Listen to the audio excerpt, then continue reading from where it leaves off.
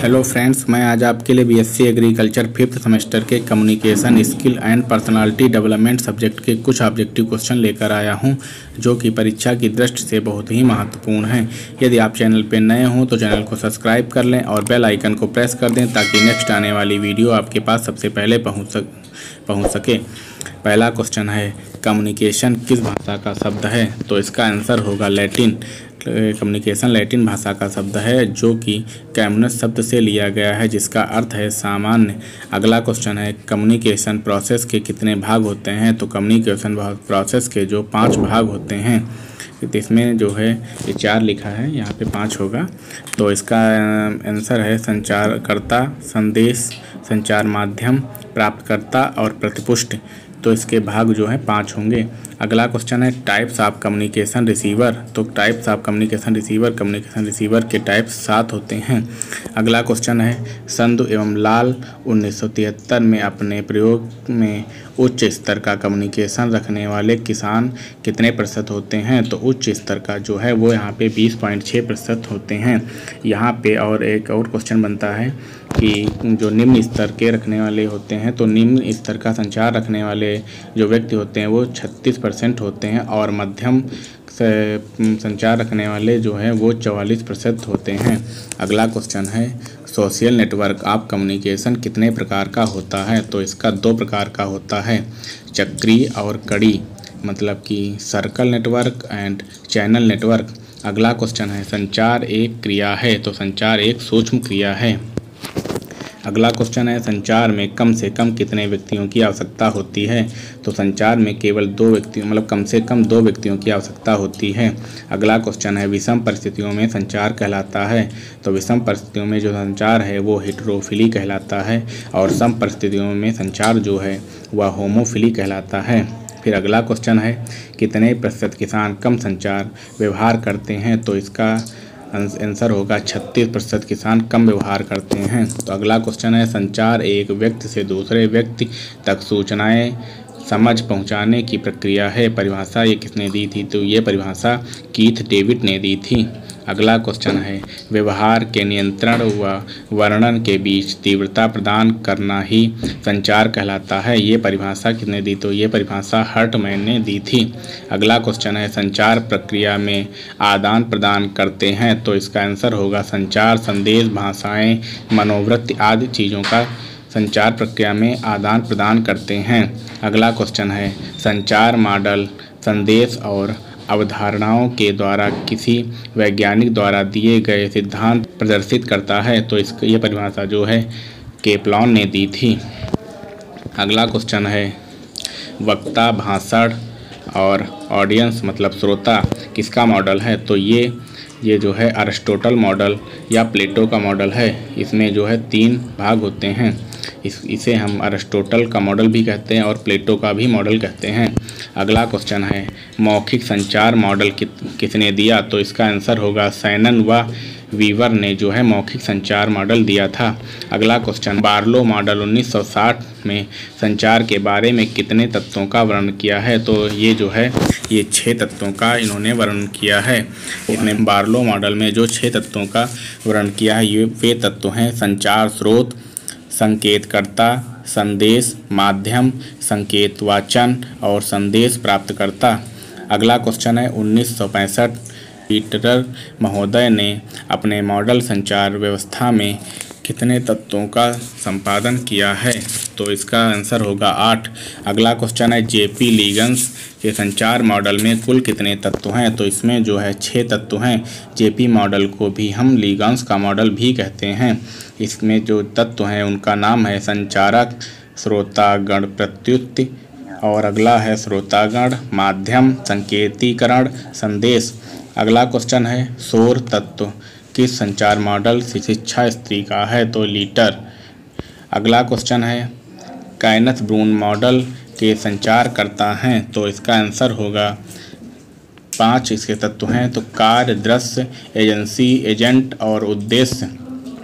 अगला क्वेश्चन है, संचार स्रोत संकेतकर्ता, संदेश माध्यम, संकेतवाचन व संदेश प्राप्तकर्ता। संचार तत्व मॉडल किसने दिया? तो ये बोर्लो 1960 में दिया था। बोर्लो ने मॉडल ये दिया था। अगला क्वेश्चन है, संबंधों के आधार पर संचार के प्रकार जो हैं वो 2 प्रकार के होते हैं, औपचारिक और अनौपचारिक। अगला क्वेश्चन है, संदेश की किस्म के आधार पर संचार के प्रकार हैं, तो ये 4 प्रकार के होते हैं। अगला क्वेश्चन है, लक्षणों के आधार पर संचार का प्रकार जो है वो 2 प्रकार से होता है, आंतरिक संरचना व बाह्य संरचना।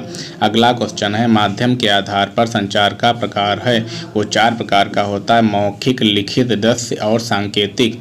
संख्या के आधार पर संचार 5 प्रकार का होता है। अगला क्वेश्चन है, ग्रेप वाइन संचार कहते हैं, तो ऊर्ध्वगामी संचार को ग्रेप वाइन संचार कहते हैं।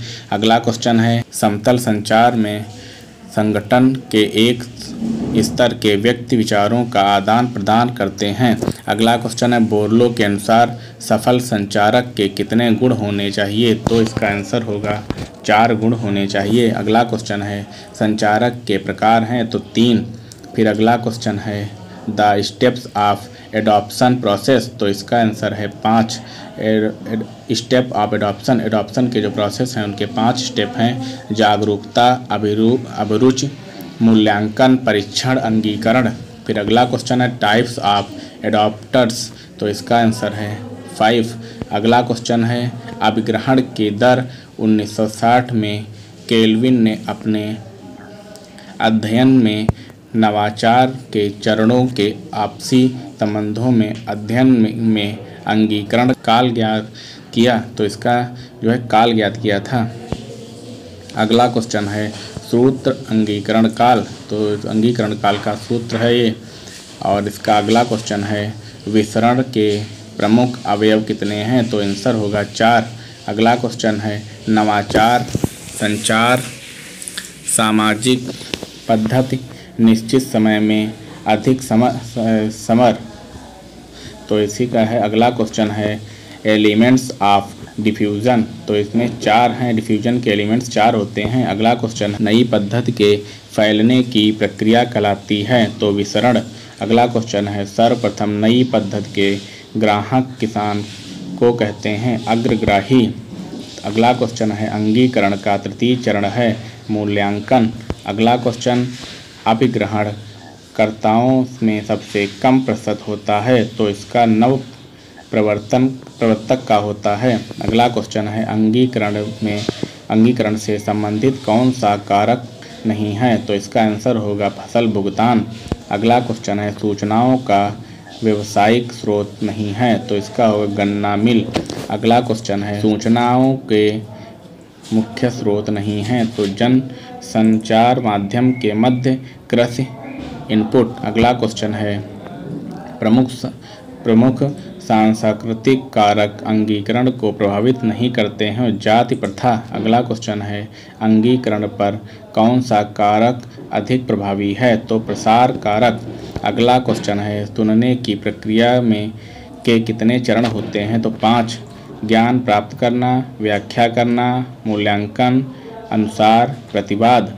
अगला क्वेश्चन है, राइटिंग स्किल कितने प्रकार के होते हैं? तो 2 प्रकार के होते हैं, लेटर, एप्लीकेशन।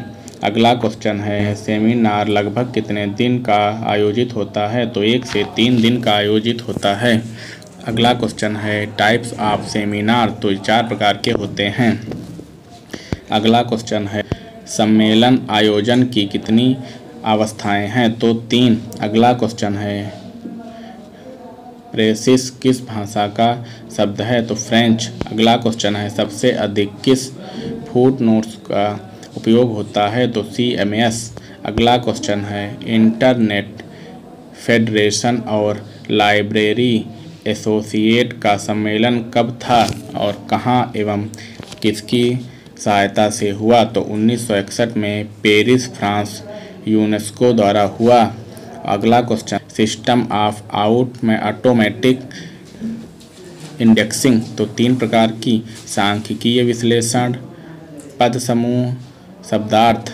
अगला क्वेश्चन है, प्रभावी लेखन के क्षेत्र में किए गए शोधों में मुख्य रूप से कितने महत्वपूर्ण चरण हैं? तो 4। योजना, लेखन, काट छांट करना, जांचना। अगला क्वेश्चन है व्यक्तिगत वाक्यों का में लगभग कितने शब्द होने चाहिए? तो 1719 शब्द होने चाहिए। अगला क्वेश्चन है आप लोगों को एक विषय पर तब तक नहीं समझा सकते जब तक आप उसे स्वयं नहीं समझते हैं। परिभाषा दी थी, तो ये परिभाषा विलियम जेम्स ब्रायर ने दी थी। अगला क्वेश्चन एक बैठक के नोट्स को कहा जाता है मिनट। अगला क्वेश्चन है नोट्स टेकिंग की कितनी तकनीकें हैं? तो 2 तकनीकें हैं। नंबर 1 2 3 3 2 और नंबर 2 जो है उसमें 2 5 1 है। व्याख्यान नोट्स में 3 5 1 होती हैं। अगला क्वेश्चन है ऊर्ध्वगामी संचार को और किस नाम से जानते हैं? तो ग्रेपवाइन संचार के नाम से जानते हैं। अगला क्वेश्चन है औपचारिक संचार प्रक्रिया में संदेश होते हैं, तो इसमें है लिखित आकार में। अगला क्वेश्चन है अनौपचारिक संचार प्रक्रिया में संदेश होता है, तो मौखिक एवं स्पष्ट। अगला क्वेश्चन है मीडियम ऑफ वर्बल कम्युनिकेशन मौखिक संचार का साधन है, तो रेडियो, टेलीफोन, मोबाइल फ़ोन आदि हैं।